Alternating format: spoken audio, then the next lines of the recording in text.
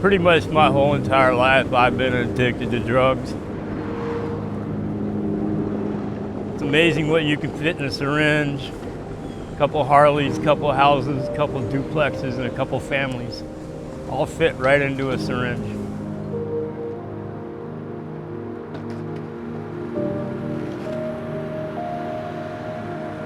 Six years ago, I'd say I would not want to hang out with myself. I was not a cool kid. And then one day I was hanging out with my friend, and then we did some mushrooms, and I did not have a good time at all.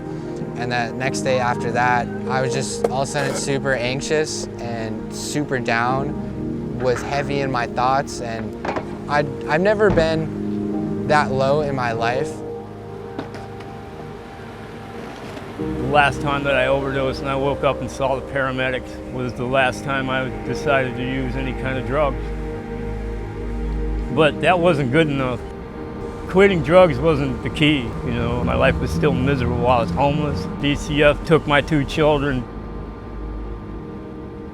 I would just be low-key, like freaking out inside. I just felt it heavy every day. And then it got to a point where I was writing. I got to that darkest point where I was just like, I don't want to be here.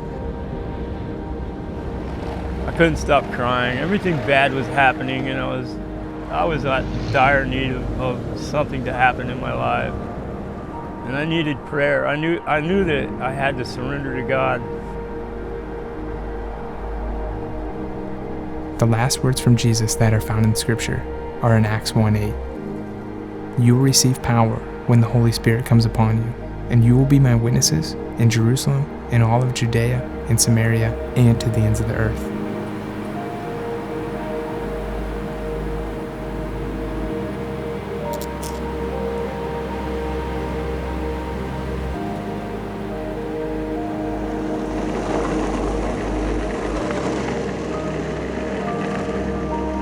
Shortly after returning to Florida from the first couple of trips that we led as an organization, we began to feel convicted of the need for ministry right in the community that we lived. While our heart and passion was to travel to the ends, we were overlooking those right around us. When Jesus shared these words with the disciples in Acts 1:8, they were in Jerusalem. It was the place they were based out of, their hometown. For us, our Jerusalem is Southwest Florida.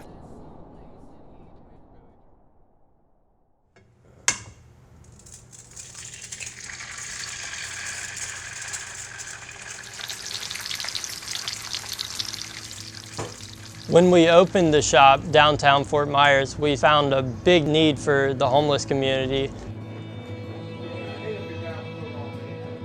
We decided, let's just do what we can. And every Thursday morning, we wake up, staff and interns, and we cook food, eggs, sausage, bacon, set it up for the homeless community and invite them in to just share our space and hang out with us for a few hours, and we'll share the word with them. It's a really cool time to pour into the community and give back.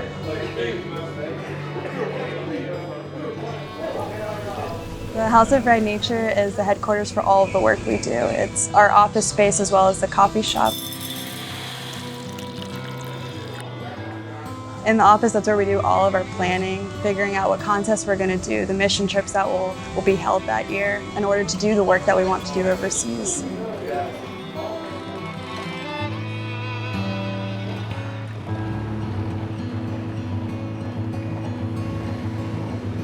I knew of the House of Right Nature through the breakfast on Thursday because I was homeless and hungry, and I came here one time. I always used the term of keeping Jesus in my pocket. Knew he was there, just didn't let him out.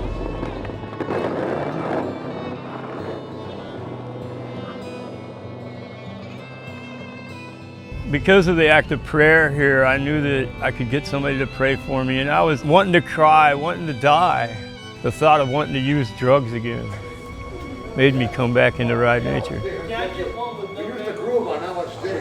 I was just behind the coffee bar making a cup of coffee when this man just comes through the doors. And he doesn't hesitate. He doesn't tell me all of his problems that he's ever encountered, but he just comes to me asking for prayer. And I just felt the Lord just tell me to start. And we ended up praying for 5 to 10 minutes together. Couldn't handle all the pain, and we prayed. Something happened to me, man. God came out of my pocket and he stayed out. The other day I went to the church and I decided to get baptized. A friend of mine was doing the same thing. They were baptizing people that day and I just jumped in line.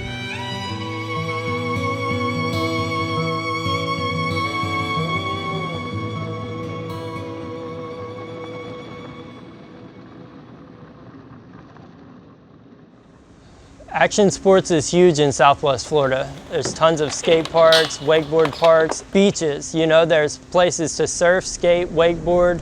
Other than snowboarding, we have it all here in Southwest Florida. We have an amazing cable park 15 minutes from the House of Ride Nature, and they partner with us to do Wake Church twice a month. So we get the honor of using our passions for action sports, and it's so amazing that God's given us these passions and allows us to use those to reach people.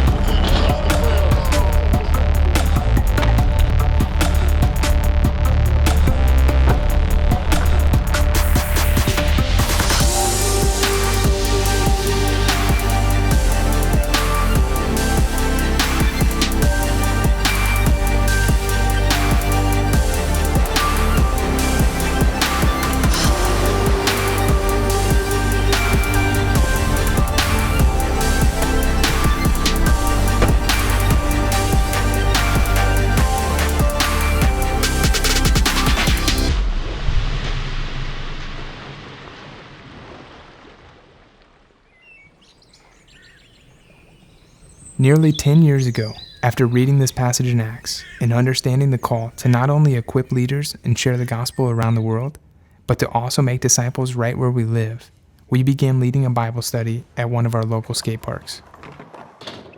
We call it Skate Church. 3 times a week, we go into 3 different skate parks in Southwest Florida, and each time there's just guys who are out there, just local skaters. We go to where they are. It's not like we're inviting them to come to our place and come meet them where we're at, but we want to meet them where they're at. Each time we just go in there, we just skate, just hang out, do our thing with them, bring pizzas and say, hey, after we're done skating, we're just going to have Bible study and have a meal together and just share a little bit of the word. Wheels, bearings, all that good stuff. It's like, apart from him, like, just having a set of trucks and wheels, we can't do anything with that. It's unconventional. It's outside the 4 walls, and that's the way that Jesus did things. Like, he was unconventional. He was outside the 4 walls. But that's the thing. It's that one moment that one guy needs to be there at the park, and they can ask questions. They can say, like, oh, this is just like this thing in my life, or this is, you know, what does the Bible say about this thing? Forbidden fruit. That's when sin came into the world, and Yeah, I've been going to skate church as soon as it started here. I just put all my stuff down, gave him a big hug, and I told him, I was like, hey man, what you shared like really hit me deep. Like I've been going through some real hard stuff right now. I've never felt so low. I was writing, or I'd write God with a lowercase g, then I started crossing it out and put a capital G, started slowly giving them power, started building it up. God, I fully give myself up to you. I trust you, I trust what you can do for me. And when I started realizing that all these signs were signs from God, that it all started, the puzzle pieces started fitting together, and I wouldn't have gotten to that point unless I had the tools that like Ride Nature has given me, like everything that Ride Nature has done and told me.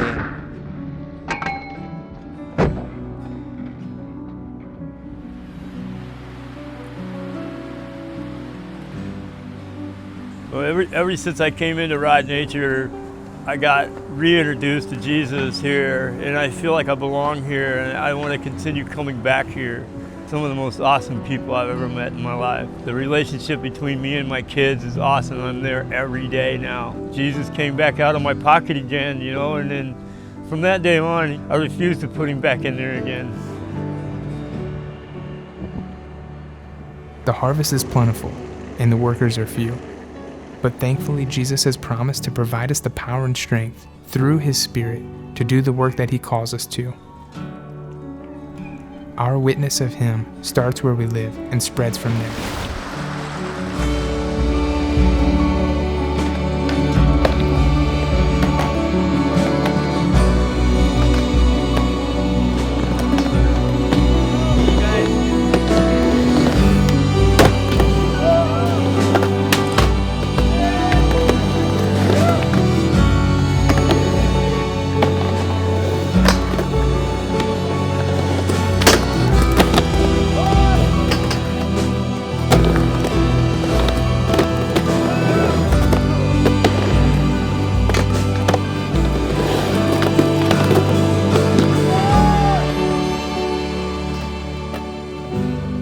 These are just stories of everyday people loving and serving Jesus in the midst of their everyday lives, from Southwest Florida to the ends of the earth.